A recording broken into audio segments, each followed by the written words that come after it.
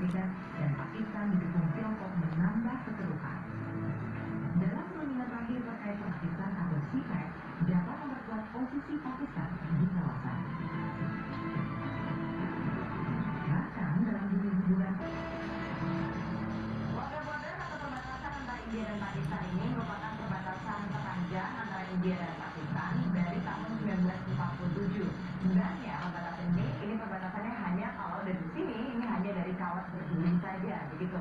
Jadi bahkan pergerakan antar manusianya pun sebenarnya masih normal dilakukan karena banyak saudara-saudara mereka yang di politik yang terkadang membuat panas antara kedua negara ini. Salah satunya itu mengenai Kashmir. Tapi itu tidak menghentikan bagi pergerakan kedua negara, terutama dari orang-orang Punjab ini untuk bertemu satu sama lain. Dari Warga Border, Andini Effendi, Irfan Januari, Metro TV. Ketua Umum PDI Perjuangan Megawati Soekarno Putri mengumumkan kandidat gubernur